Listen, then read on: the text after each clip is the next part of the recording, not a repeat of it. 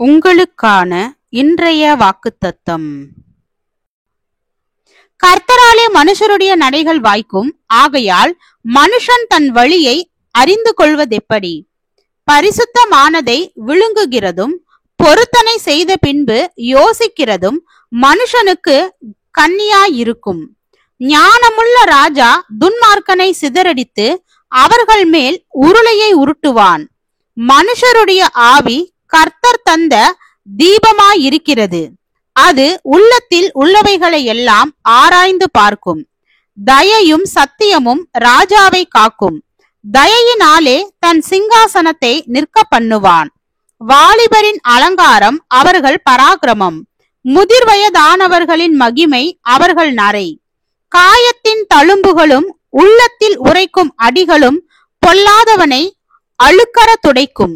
நீதிமொழிகள் 20 வசனம் 24 முதல் 30 வரை.